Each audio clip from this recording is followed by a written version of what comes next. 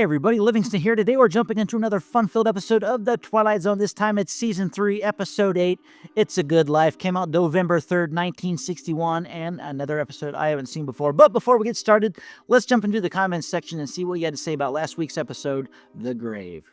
Gerald McBoingBoing7401 says, I was 10 when I watched this episode when it was first broadcast, and it certainly grabbed me. The constant sound of the blowing wind and the bleakness of the setting created the eerie feeling that left me uneasy. Of course, being so young at the time and the fact that it was 1961 have a lot to do with it too. Whenever I watch this episode, I get the same feeling that I experienced in my youth, though not as strong. That's the same with a lot of things that you watch when as a kid and then you watch it later on. You usually get a different perspective on it. You also get a different feeling about it as well. I mean, when you were a kid, you looked at things in such a different way, such adventurous. Life was huge. You didn't know what was to come. Everything was new and exciting back then, and it's just not as exciting as it used to be, sadly. It's too bad, sometimes you get those feelings here and there, but they're not as abundant as it was when you were a kid, and I do miss those days. It's awesome to look back and watch certain things when I watched as a kid, but I just don't get those same feelings just like you. But it is what it is, and that's the way of life. And sometimes you gotta go outside your comfort zone to find those things in life that'll give you that same excitement. But half the time we're just so set in being, who we are and where we are, and we just get comfortable in life. And sometimes you got to go search for that adventure, that excitement, hopefully safe, excitement, and you don't do anything stupid or illegal. Anyways, Alan McDonald 5437 says, notice Lee Van Cleef. He was the gambler with the playing cards, the good, the bad, and the ugly. He was the ugly. This was a great episode. It scared the crap out of me when I was a kid. Yep, I knew who Lee Van Cleef was when he popped up on screen, and it's the first movie that usually pops in my head is the good, the bad, and the ugly every time I see him on screen. And that's what the other person was saying about how this episode was very... it kind of got to you as a child, and definitely it seems like it got to you too. Didn't scare me, but I am an adult. I didn't watch it as a kid.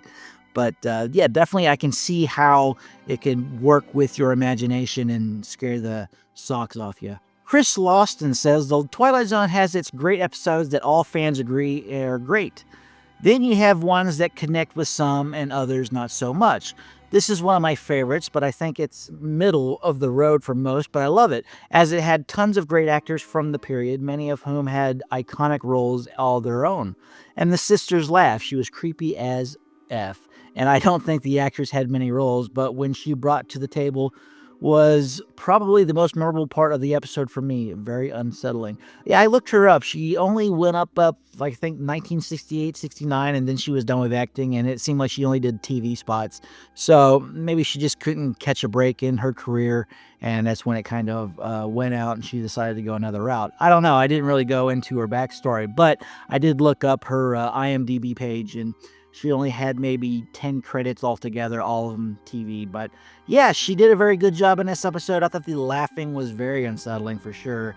I did say early on that the episode, I said in the last episode that this was a little on the weak side to me. It wasn't as good as the other episodes I've seen so far in this season. I still liked it. Like every Twilight Zone episode that I've watched so far, it was still a decent episode, but it just wasn't one that caught me. It wasn't one that grabbed me right off the gate, Plus, I knew exactly what was going to happen at the end of the show, and typically, I like it when a Twilight Zone leaves me guessing up until the very end. I mean, if you can make it halfway without not realizing what the end is, you're doing good with the Twilight Zone episode. But when they leave it right out there in the first 5 minutes of what's going to happen at the end, kind of kills it for me. Michael Alexis Stalling says, it was a pretty good ghost story. The ending, I prefer to think it was the ghost that reached out and grabbed him. The episode was loaded with great character actors. Strother Martin had one of the best movie lines ever in Cool Hand Luke with, what we have here is a failure to communicate. I know the movie. But yeah, it was a good ghost story. I did like that it kind of left it to the interpretation of the audience member. Was it the ghost that did it? Was it just the wind and he just scared himself to death? who knows? It's your choice, but the way they kind of explain it in the end, they make it and kind of insinuate that it was the ghost. Hey, it was one of those things where I'm happy with either in this circumstance because the story, I just wasn't married to these characters.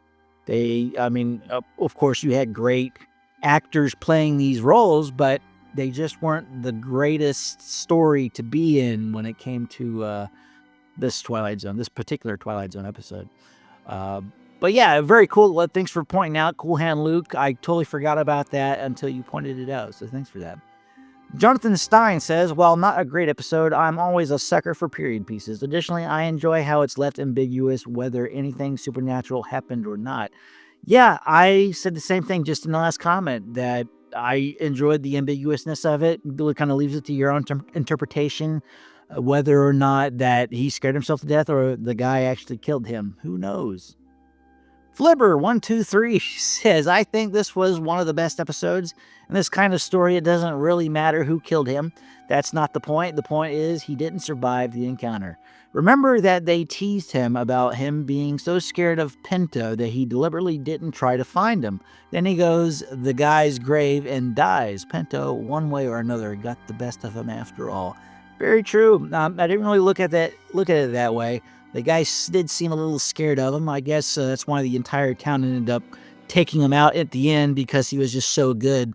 Maybe that's why he didn't want to have anything to do with him, and he just lucked out, well, until he died at the end of this episode.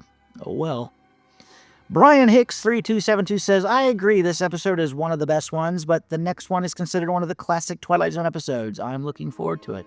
One of the classics, huh? Well, yeah, I did see when I go on, I usually set up everything about the trivia that I'm going to read at the end of this, and I get a lot of that trivia off of like IMDb and other places too, whenever I can find the trivia for.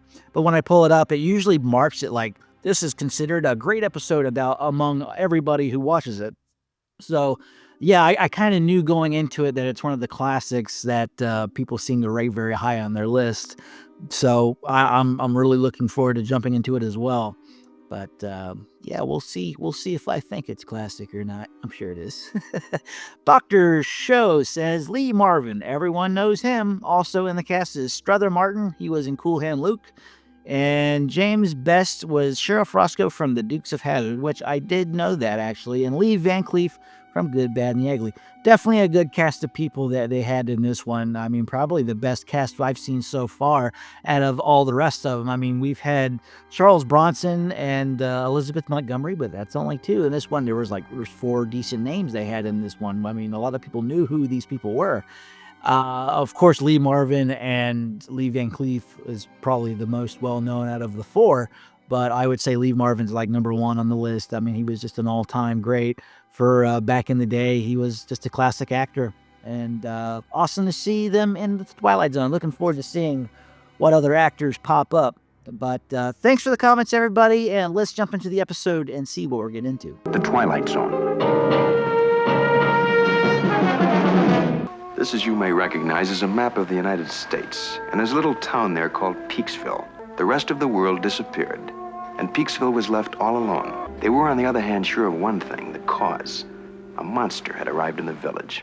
Monster? By using his mind, he took away the automobiles, the electricity, the machines, and he moved an entire community back into the Dark Ages. This is Mr. Fremont. It's in his farmhouse that the monster resides. And this is Aunt Amy, who probably had more control over the monster in the beginning than almost anyone. Now, the monster doesn't like singing, so his mind snapped at her and turned her into the smiling, vacant thing you're looking at now. They have to think happy thoughts and say happy things, because once displeased, the monster can wish them into a cornfield. He knows every thought. He can feel every emotion. This is the monster. Oh, no. His name is Anthony Fremont. It's a child. This is the Twilight Zone. Well, we got Rod Serling right off the bat narrating. Yeah, the boy is Bill Mummy. I know that. I looked him up one time. I recognized him off the bat just because he played Will Robinson from Lost in Space. And it's such a good day, isn't it? The best. Terrible hot day, though. Oh, I wouldn't say that, Aunt Amy. No, sir, I wouldn't say that at all. It's just fine. It's a real good day. What are you doing, Anthony? Why, that's real good, whatever it is. I made a gopher with 3 heads. I ain't never seen a gopher with 3 heads before. I'll make him dead now. You be dead. My, that's real fine that you done that. You're a good boy, Aunt. We all love you. Yeah, kill more animals. I believe this is the episode that one of the segments from the Twilight Zone movie was based on. Same story, really, other than there was a woman who came from out of town and kind of popped up. Fremont, we ain't had no bar soap for over a year. Anthony just loves tomato soup, don't he? So I brought that. Oh, Bill.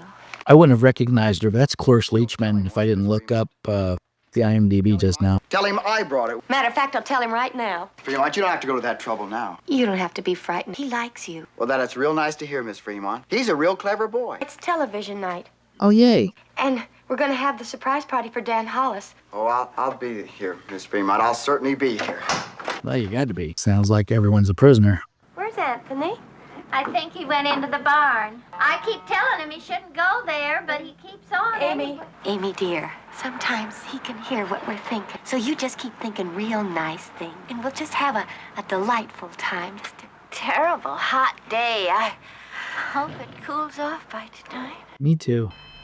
Uh-oh, here comes Anthony. Why, it's just a real good day. Just a real good day. Hi, Anthony. What the heck is going to happen at the end of this one? In the 80s movie segment, they lived happily ever after, most of them. Well, howdy, Anthony. Mama said you was out in the barn. I was looking at the cow. Yay. I mean, you remember last year when we had the pigs? I turned them into monsters. Oh, doggone if you didn't. Good that you done that. Oh, it's real good. Television night tonight. I'm gonna make television for everybody. Yay. And we're gonna have that surprise birthday party for Dan Hollis, too. What is he looking for? Did I get you something, son? Nope. No kids came over to play with me today, and I wanted someone to play with. Well, Anthony, you remember the last time some kids came over to play? Frederick's boy and his sister? What happened? Real good time. Did they? Good that you have a good time. It's real good.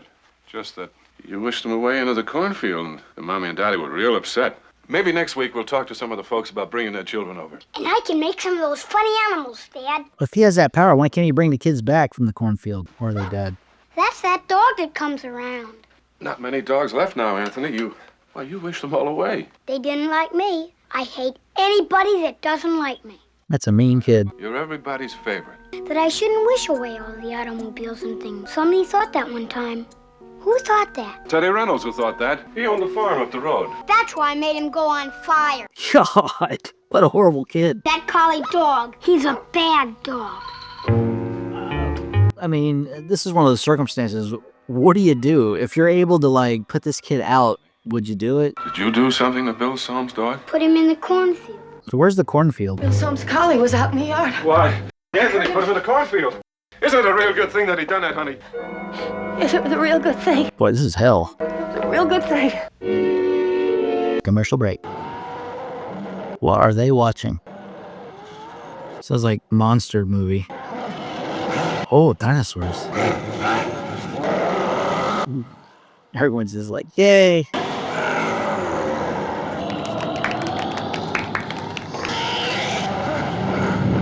The end. That's all the television there is. Oh, it was wonderful, Anthony.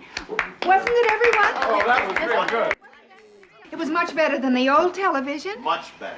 The big surprise for Dan's birthday. Go ahead, Ethel. Give your hubby the big surprise. What's this? Perry Como. I haven't heard Perry Como in years and years. My favorite. Happy birthday. Hey, you better be careful. I'm holding a priceless object. Do you think we could play it? Uh-oh. I wouldn't do it around the kid. Ooh. The orchestra part, before Como sings. Anthony doesn't like that. After all, we don't know just where the singing comes in. It'd be taking too much of a chance. Better wait till you get home. Okay. It's good I can't play it here. It's very good. This is the worst way to live. Please don't kill me. It's time for Pat Riley to play the piano. My pleasure. Don't mess up. You'll die. Or gets into a cornfield randomly somewhere. What's he gonna do? Real good if you'd tell me what music you'd like to hear. Just play. Play anything. Okay. All right, I'll play. I'll play Moonglow. That's a nice old tune. Oh, yeah. Oh, yes, that's a very good tune. Dancing. Uh-oh. You messed up the fun. Don't make any noise when the music's playing. I don't like any noise when the music's playing. Sorry.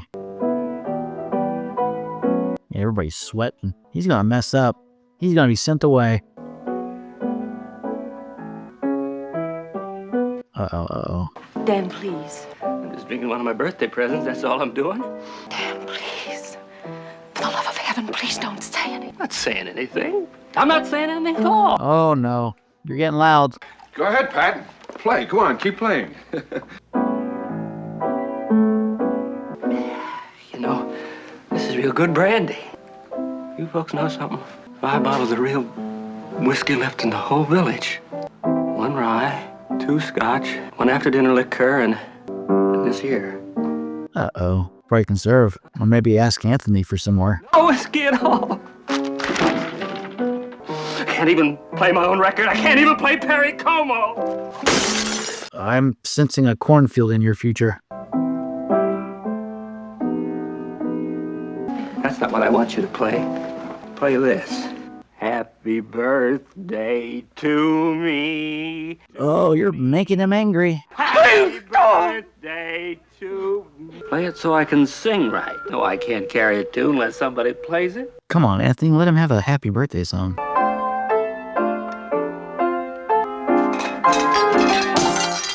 Oh, man. That might be the final straw. You and her.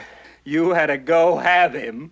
You are my sunshine, my only sunshine. Blue.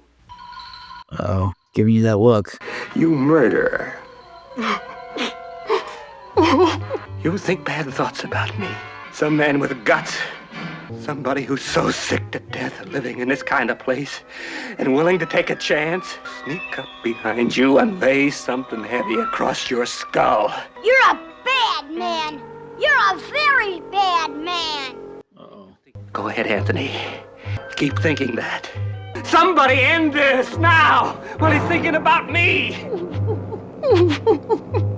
Get him when he's sleeping. Somebody take a lamp or a bottle or something and end this. You're a very bad man. And you keep thinking bad thoughts about me. Oh. Okay. Please, son, wish it into the cornfield, please.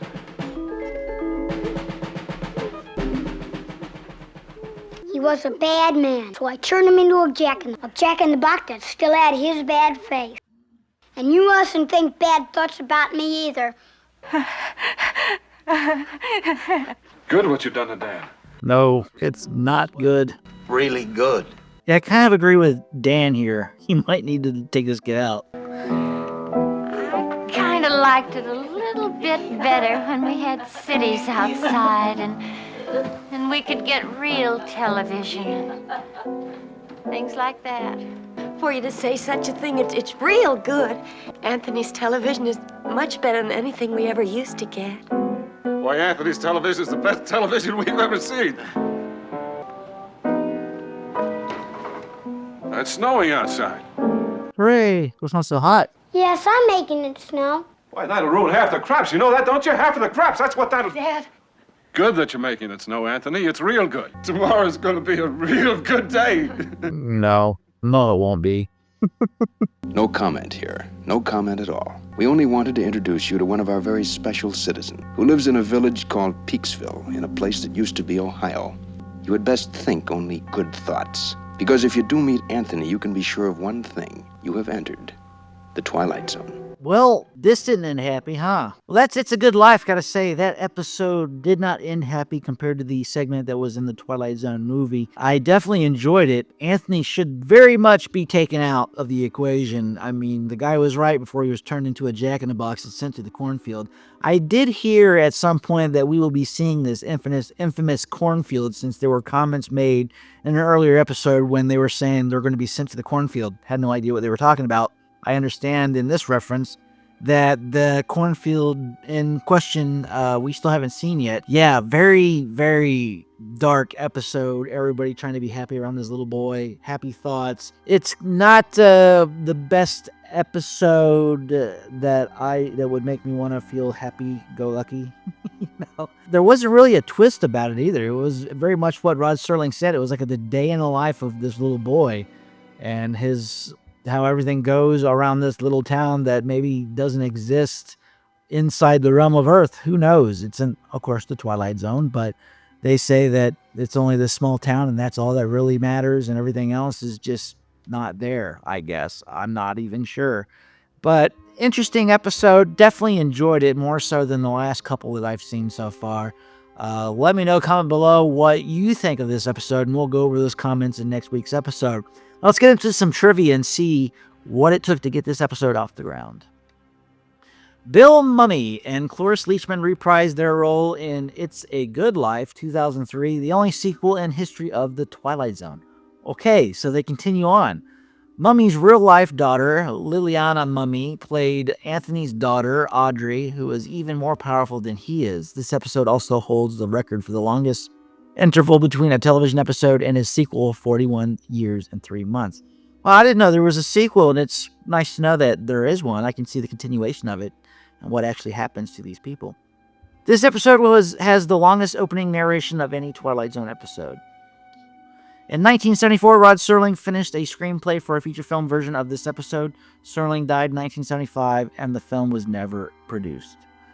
Time magazine named this the third best episode of The Twilight Zone after Time Enough at Last and The Monsters Are Due at Maple Street. Well, I guess I've already seen the greatest episodes of all time of The Twilight Zone, according to Time magazine.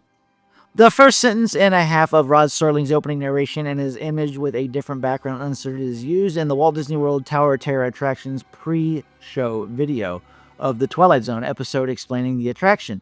It was also used in the pre-show of the now extinct Disneyland version of the attraction. The word good is repeated 46 times in this episode. I do remember they said that a lot in the segment for the Twilight Zone the movie. This episode was one of 4 to be remade for The Twilight Zone, the movie, 1983. The relevant segment was directed by Joe Dante. The dinosaur battle sequence that Anthony puts on the television is from Lost Continent, 1951. After My Own Master, 1960, this was the second of 4 times that Cloris Leachman plays Bill Mumy's mother. She would later do so again in Keep an Eye on Santa Claus and It's Still a Good Life, 2003. TV Guide named this one of the 100 best episodes of a TV series ever made. Max Showalter, who plays Pat Riley, was a noted piano player and composer. It is likely that he is actually playing the piano in the Fremont's home after TV night and Dan Hollis's birthday party. This episode was parodied in The Simpsons, Treehouse of Horror 2. The adults have to thank Good Thoughts because Anthony can read minds. If Anthony could read minds, he should have been able to tell whether or not everyone's thoughts were genuine.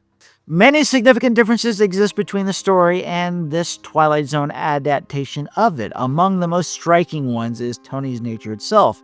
In the story, Tony is a grotesque creature whose looks are not clearly described but suggested as horrifying and misshapen, with wet purple eyes and odd shadow. Other children in the village refer to Tony quietly as a goblin. It is unknown what he is exactly. Although it is inferred that he may be a bizarre mutation, he barely speaks and in fact is shown as if he were incapable of speaking at all, until he utters 2 words at the very end of the story. He is also far more unpredictable, uncontrollable, and prone towards careless cruelty, both toward people and animals, which he is shown torturing violently with his mind powers. The story also has a far bleaker, pessimistic tone and hopeless, dreary ending. Well, this seemed pretty hopeless to me. Let me know, comment below what you thought of this story, and don't forget to like, share, and subscribe. Continue on this voyage to episode 156 of The Twilight Zone. And until next time, see you later.